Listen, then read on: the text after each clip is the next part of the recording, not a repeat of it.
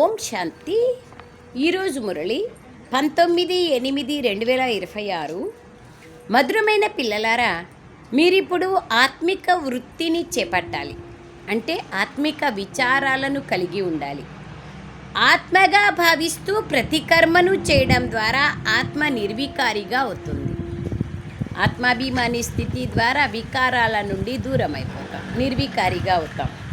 అది బాబా అంటున్నారు. ఆత్మగా భావిస్తూ ప్రతి కర్మను చేయడం ద్వారా ఆత్మ నిర్వికారిగా అవుతుంది. ప్రశ్న. బాబా ప్రశ్న అడుగుతున్నారు.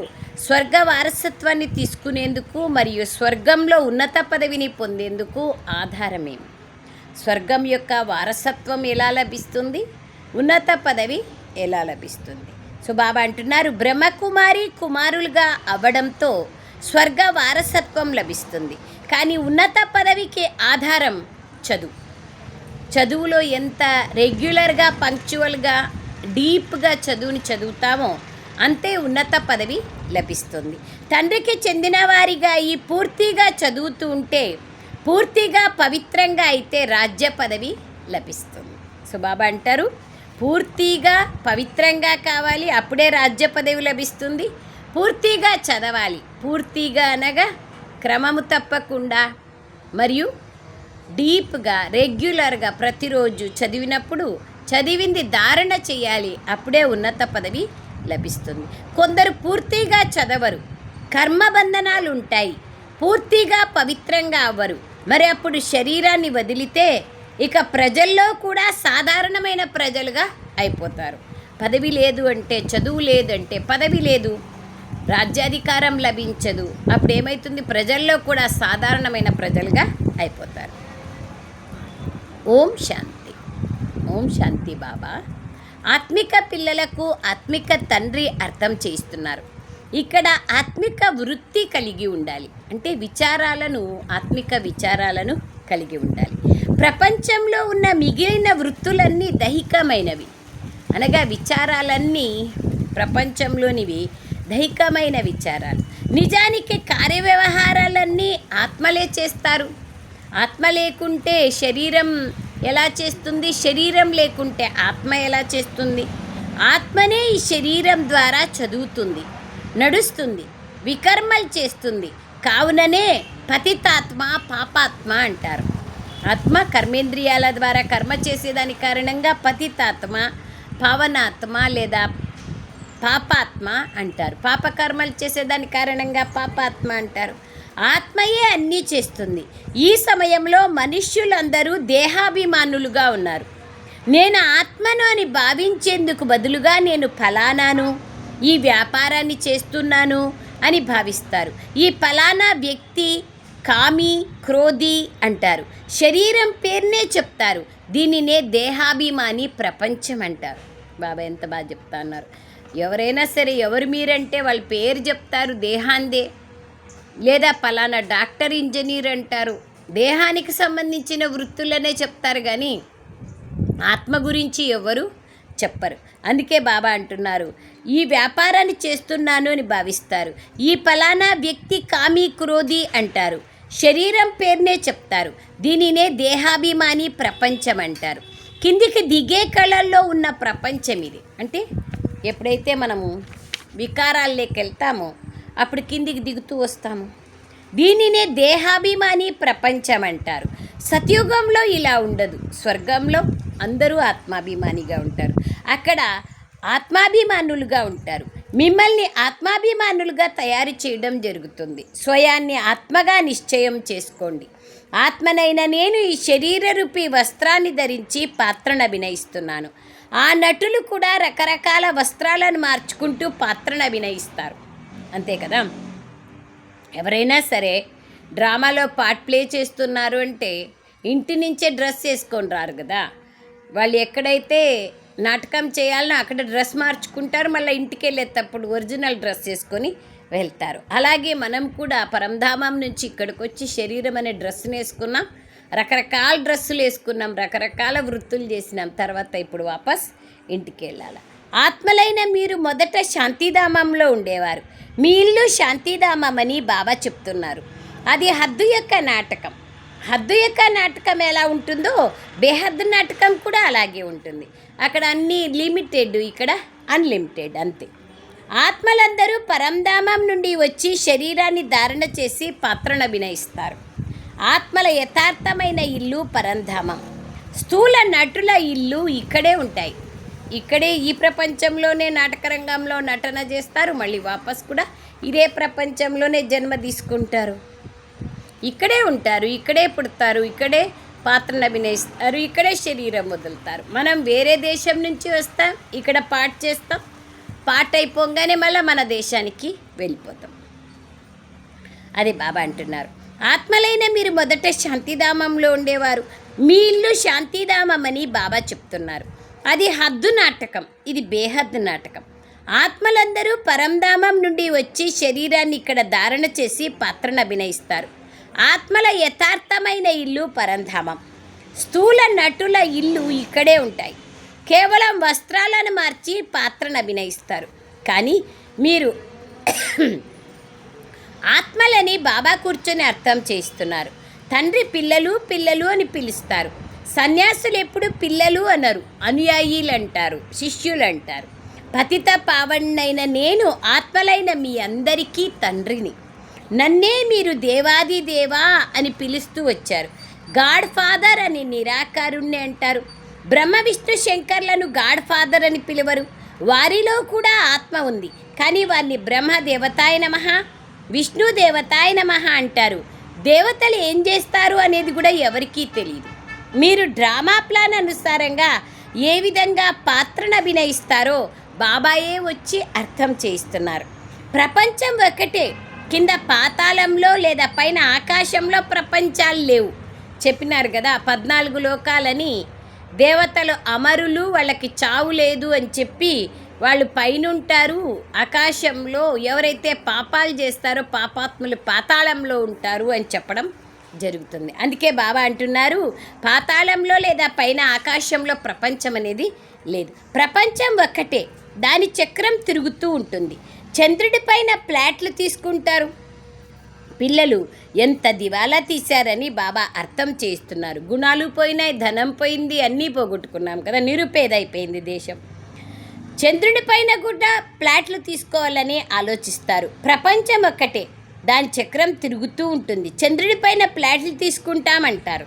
పిల్లలు ఎంత దివాలా తీసినారని బాబా అర్థం చేస్తున్నారు. మీరు ఎంత షావుకారులుగా వివేకవంతులుగా ఉంటారు. సత్యుగంలో పవిత్రులుగా ఉన్నప్పుడు వివేకులుగా ఉంటాం. వివేకులుగా ఉన్నప్పుడు ధనవంతులుగా సంపన్నవంతులుగా ఉంటాం. భారతవాసీల గురించే ఈ గాయనం ఉంది. లక్ష్మీనారాయణల రాజ్యం మొత్తం విశ్వమంతటి పైన ఉండేది. దాన్ని ఎవ్వరూ దోచుకోలేరు. అక్కడ ఎటువంటి హద్దులు ఉండవు. ఇక్కడ ఎన్నో హద్దులు ఉన్నాయి. అన్నింటికి మా నీళ్ళు ఇవి, మీరు వాడుకుంటే ట్యాక్స్ కట్టాలి, మా ఆకాశం యొక్క హద్దులు ఇవి, మా భూగోళం యొక్క హద్దులు ఇవి, స్టేట్ నుంచి స్టేట్కి వెళ్తే ట్యాక్స్ కట్టాలి, దేశం నుంచి దేశంకి వెళ్తే ట్యాక్స్ కట్టాలి. ఇవన్నీ హద్దులు. సత్యుగంలో హద్దులు ఉండవు. దాన్ని ఎవరూ దోచుకోలేరు. అక్కడ ఎటువంటి సరిహద్దులు ఉండవు. అపారమైన లెక్కలేనంత స్థానం ఉన్నప్పుడు దానికి లిమిటేషన్ ఏముండదు. ఎక్కువ మంది అయినప్పుడే అన్ని హద్దులు వచ్చేది. ఇక్కడ ఎన్నో సరిహద్దులు ఉన్నాయి. పరస్పరం చిన్న చిన్న ముక్కల కోసం పోట్లాడుకుంటూ ఉంటారు. మీరు మొత్తం విశ్వమంతటికి యజమానులుగా ఉండేవారు. మొత్తం ఆకాశం, భూమి, సముద్రం అంతా మీకే చెంది ఉండేది. భూమి, ఆకాశం అన్నీ మనవే. అంటే దానిపైన మనకు అధికారం ఉండేది. మీరు వాటికి యజమానులుగా ఉండేవారు సత్యుగంలో. ఇప్పుడు దాసీగా అయిపోయినాం. ప్రకృతి ఎలా ఉంటే అలా మనం నడుచుకుంటున్నాం. బాబా పిల్లలైనాక ప్రకృతి జీత్, మన్ జీత్, ప్రకృతి జీత్, మాయా జీత్గా విశ్వరాజ్యాధికారిగా అవుతాం. యజమానులుగా ఉండేవారు. ఇప్పుడు ముక్కలైపోయాయి. భారతదేశమే విశ్వానికి అధిపతిగా ఉండేది. ఇది ఎవ్వరికీ తెలీదు. ఆత్మకు లభించిన పాత్ర ఎప్పుడూ అరగదు, తరగదు. ఆత్మలోని పాత్ర ఎంత వండర్ఫుల్ చూడండి. ఇంత చిన్న ఆత్మలో 5000 సంవత్సరాల పాత్ర ఉంటుంది. అది కూడా అరగదు, తరగదు. మళ్ళీ ఈ యొక్క కల్పంలో ఈ పార్ట్, నెక్స్ట్ కల్పం వేరేది చేద్దాంలే అనేది లేదు.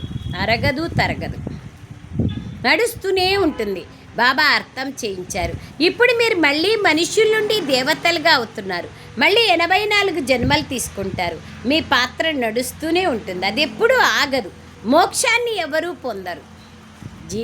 జన్మరాహిత్యాన్ని మోక్షం అంటారు. వాస్తవికంగా మోక్షం అంటే అర్థము నేను నాదిని సమాప్తం చేసుకునే జీవన్ముక్తి ధామానికే మోక్షం అంటారు.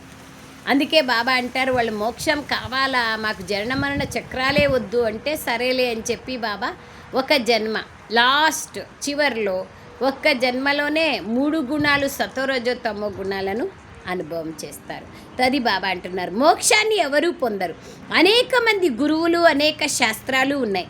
అంతంతగానే అనేక మతాలు తయారైపోతూ ఉంటాయి. అంతే కదా, ఎక్కువ జనాభా అయినప్పుడు అన్నీ ఎక్కువ అయిపోతాయి. గుళ్ళు, గోపురాలు, మఠాలు, మార్గాలు, సన్యాసాశ్రమాలు, అన్ని ఇండ్లు, భవనాలు, తర్వాత స్కూళ్ళు అన్నీ ఎక్కువైపోతాయి. ఎందుకంటే జనాభాని కంట్రోల్ చేయాలంటే ఎక్కువ ఉంటేనే కంట్రోల్ అవుతారు.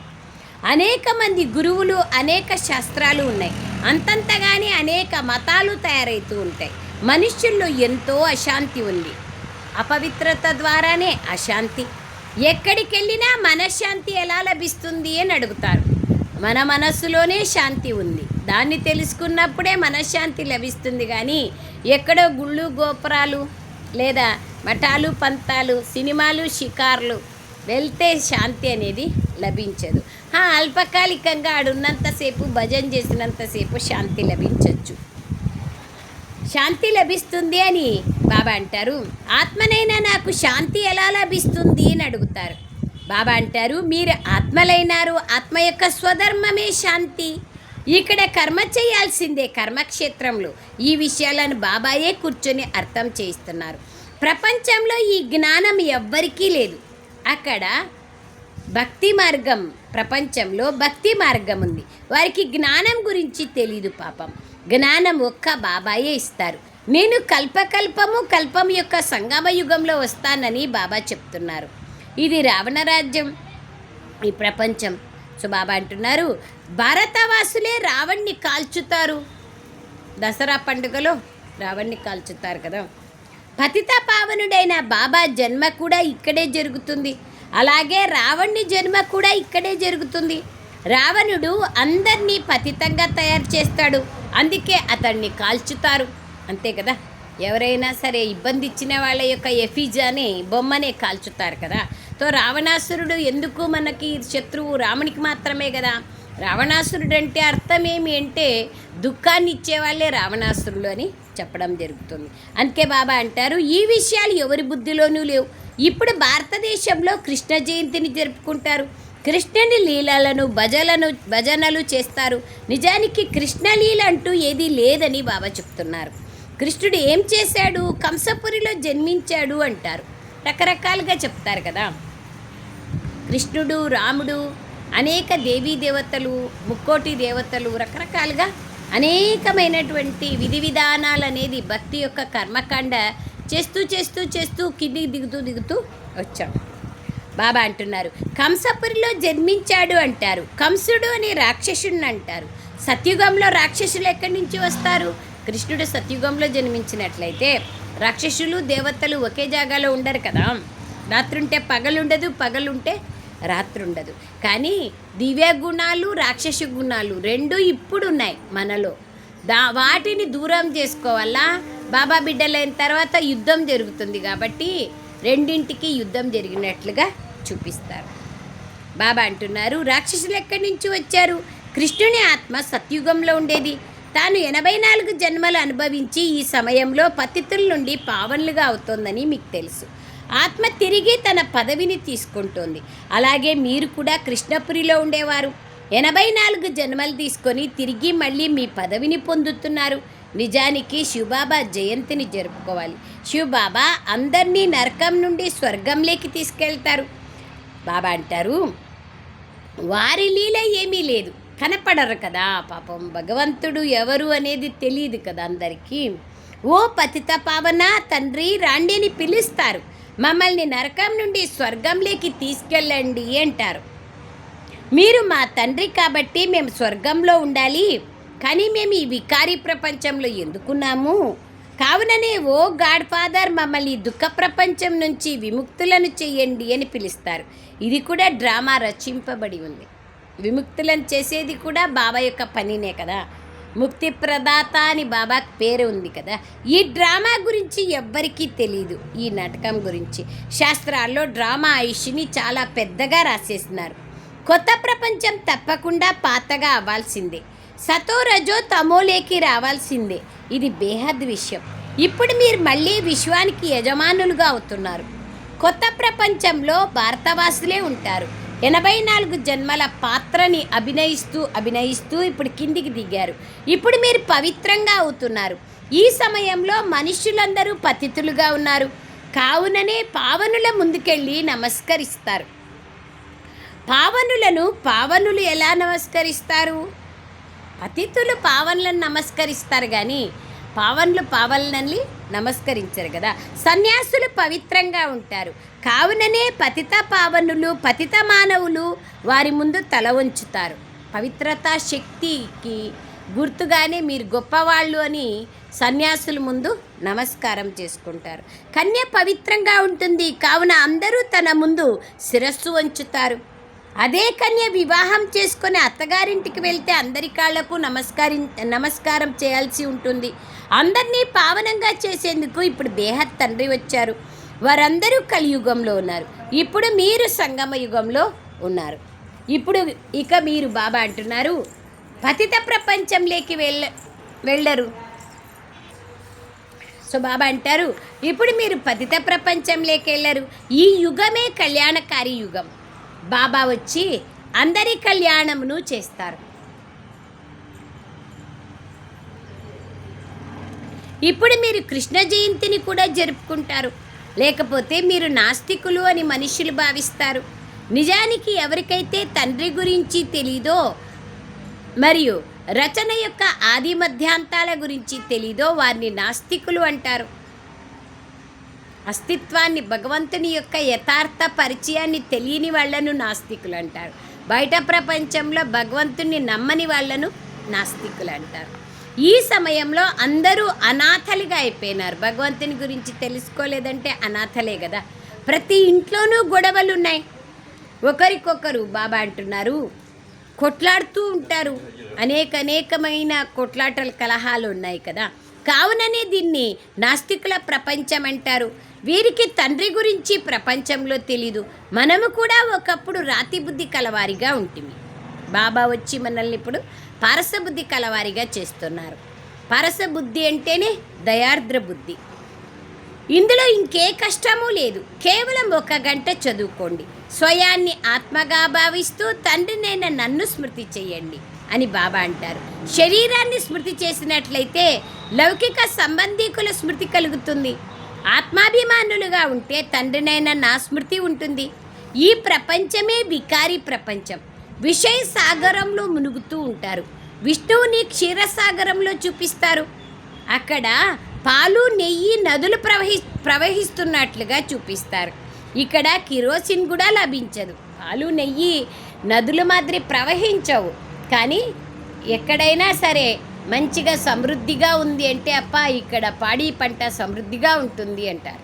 దానికి గుర్తుగా, సంపన్న స్థితికి గుర్తుగా ఆ విధంగా అంటారు. బాబా ఏమంటున్నారు చూడండి, ఇక్కడ కిరోసిన్ కూడా దొరకడం లేదు.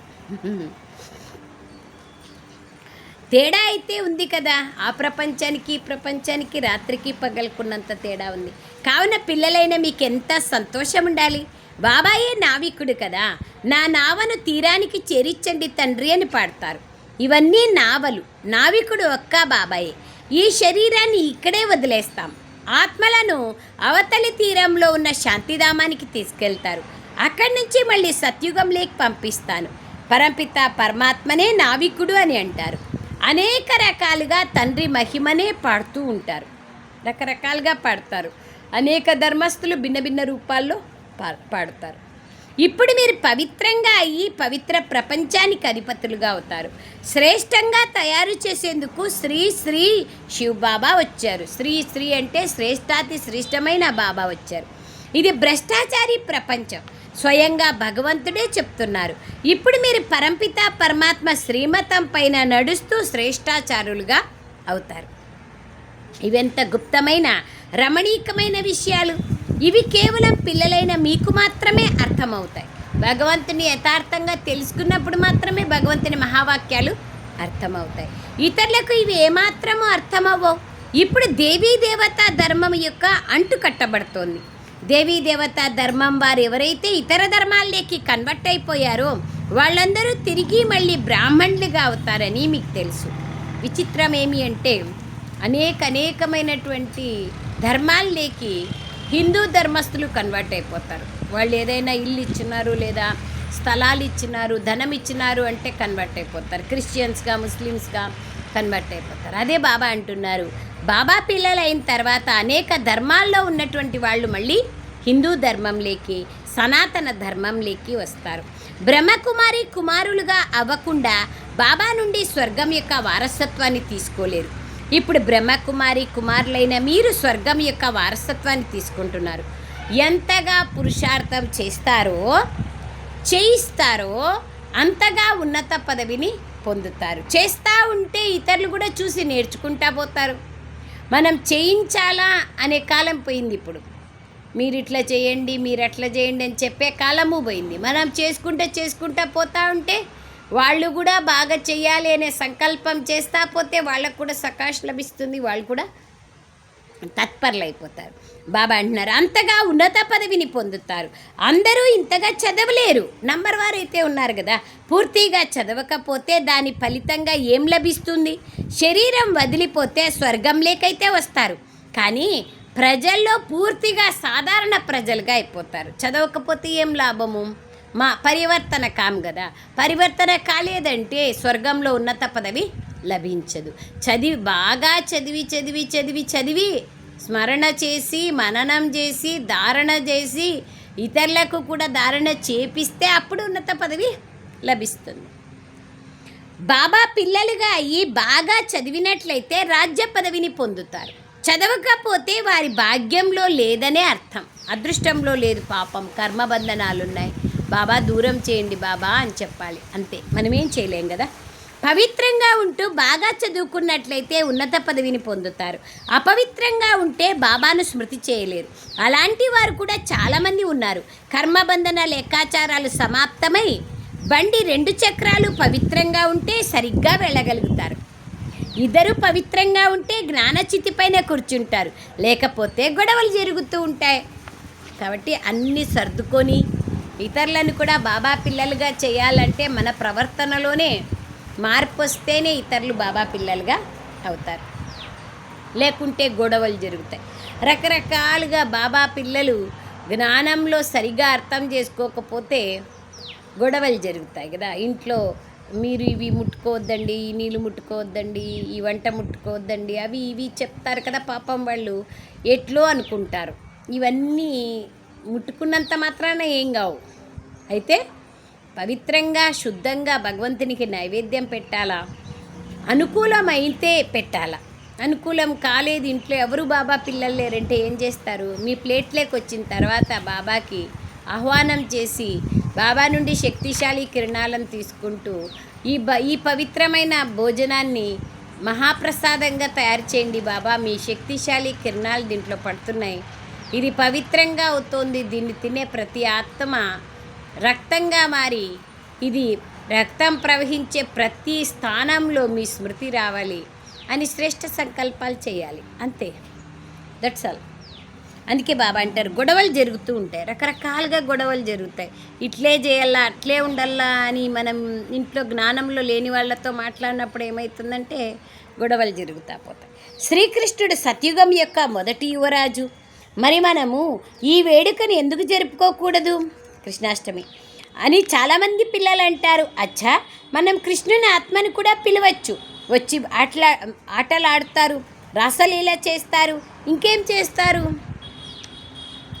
బాబా స్థూలంగా చేసేది కాదు కదా, మన బుద్ధిని ట్రాన్స్ఫర్ చేసుకోవాలి అక్కడికి. నిజానికి గోపికలు ఇక్కడే ఉన్నారు. అక్కడ యువరాజులు యువరాణులు పరస్పరం కలుసుకున్నప్పుడు నాట్యం చేస్తారు, బంగారు మురళిని వాయిస్తారు. ఈ ఆటపాటలన్నీ మీరు చివరిలో చూస్తారు. అంటే అంతిమ సమయంలో ఎప్పుడు సమయం దగ్గరకు వచ్చే కొద్దీ అప్పుడు మనలో కూడా బాబా యొక్క స్మృతి పెరుగుతా పోతుంది. అప్పుడు మనం బాబాని ఎక్కువగా స్మృతి చేస్తూ పోతావా, చేసినప్పుడు ఆటోమేటిక్గా అనేక సాక్షాత్కారాలు జరుగుతూ పోతాయి, చూస్తూ పోతాం భవిష్యత్తులో. ఈ దృశ్యాలన్నీ జరుగుతాయి. ప్రారంభంలో మీకు చూపించడం జరిగింది. దాదీలందరికీ సాక్షాత్కారాలు చేయించినప్పుడే కదా విశ్వాసం వచ్చింది. మళ్ళీ మీరు పురుషార్థంలో నిమగ్నమైపోయారు. మళ్ళీ చివరిలో ఈ సాక్షాత్కారాలు జరగడం ప్రారంభమవుతాయి. ఎవరు ఏ పదవిని పొందుతారో మీరు తెలుసుకుంటారు లాస్ట్లో. ఇప్పుడు కాదు, లాస్ట్లో తెలుసుకుంటే ఏమొచ్చింది, నేను పలానా దాసి అవుతాను అని తెలుసుకుంటే అప్పుడేమైనా పురుషార్థం చేసుకుంటుందా? లేదు కదా. ఇప్పుడే పురుషార్థం చేస్తే అప్పుడు ఆటోమేటిక్గా మనమేం తెలుసుకోవాల్సిన అవసరమే లేదు. మనం చేసిన దాన్ని బట్టి మనకు మంచి పదవి లభిస్తుంది. అందుకే బాబా అంటున్నారు, ఏ పదవిని పొందుతారో మీరు తెలుసుకోగలుగుతారు. బాబా కూర్చొని ఈ రహస్యాలన్నింటినీ అర్థం చేయిస్తారు. మీరు వేదశాస్త్రాలు నమ్ముతారా అని మిమ్మల్ని ప్రశ్నిస్తారు. అవును, అన్నీ నమ్ముతాం, మనం అన్నీ ఒప్పుకుంటాము, నమ్ముతాము, ఆచరిస్తాము వీలైనంత. మేము ఎందుకు నమ్మం? ఇవన్నీ భక్తి మార్గపు సామాగ్రి, అందులో జ్ఞానం లేదు. జ్ఞానం ఇచ్చేవారు ఒక్క శివబాబానే అని చెప్పండి. జ్ఞానం లభించడంతో భక్తి దానంతట అదే వదిలిపోతుంది. ఇంటర్మీడియట్కి పోతే 10th క్లాస్ అదెంతకదే అయిపోతుంది కదా, అప్పుడే ఇంటర్మీడియట్కి వెళ్తాం. భక్తి సంపన్నమైనప్పుడే మనం జ్ఞాన మార్గంలో నడుస్తాం. భక్తి యొక్క ఫలమే జ్ఞానం, జ్ఞానం యొక్క ఫలమే బేహద్ వైరాగ్యం, గతి సద్గతి, ముక్తి, జీవన్ముక్తి. ఇవన్నీ విషయాలు బాబా ప్రతిరోజు మనకు చెప్తున్నారు కదా. అదే బాబా అంటున్నారు, జ్ఞానం లభించడంతో భక్తి దానంతట అదే వదిలిపోతుంది. మీరు మందిరంలోకి వెళ్ళినా ఈ లక్ష్మీనారాయణలు మళ్ళీ ఇప్పుడు కొత్త ప్రపంచంలో రాజ్యం చేస్తారు అని మీ బుద్ధిలో ఉంటుంది. మందిరాలకు మేము రాము, మేము ఓం శాంతికి పోతున్నాము, మేము మందిరాలకు పోము, ఎక్కడికి పోము, ఇంట్లో దీపారాధన చేయము, ఇవన్నీ చెప్తే ఏమవుతుంది? డిస్సర్వీస్ అవుతుంది కదా. బాబా ఏం పోవద్దన్నారు, పోయినప్పటికీ మీ స్మృతిని మార్చుకోండి అని చెప్తారు. అది ముఖ్యమైనది కదా.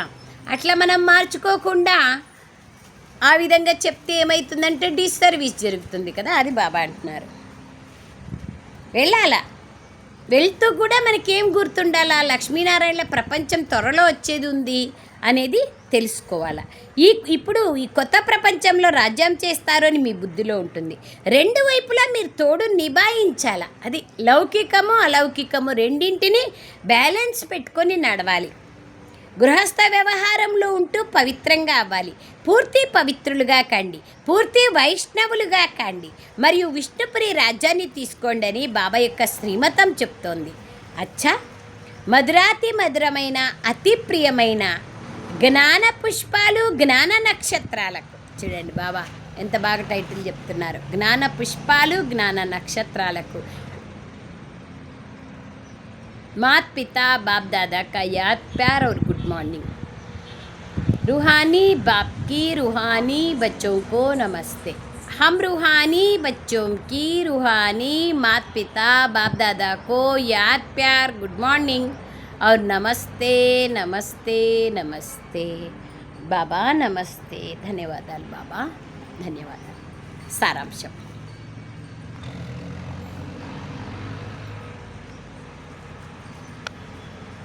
ఎన్ని విషయాలు చెప్పారు కదా బాబా,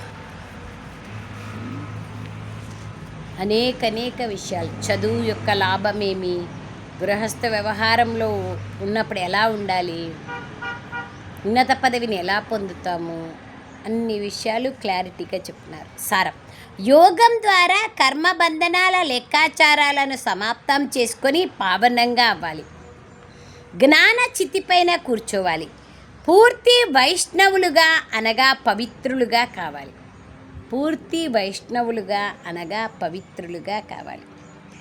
రెండవ పాయింట్, మీ శాంతి స్వధర్మంలో స్థితులవ్వాలి.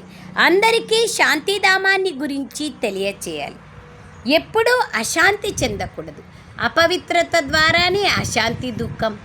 పవిత్రంగా ఉంటే సుఖంగా శాంతిగా ఉంటాం.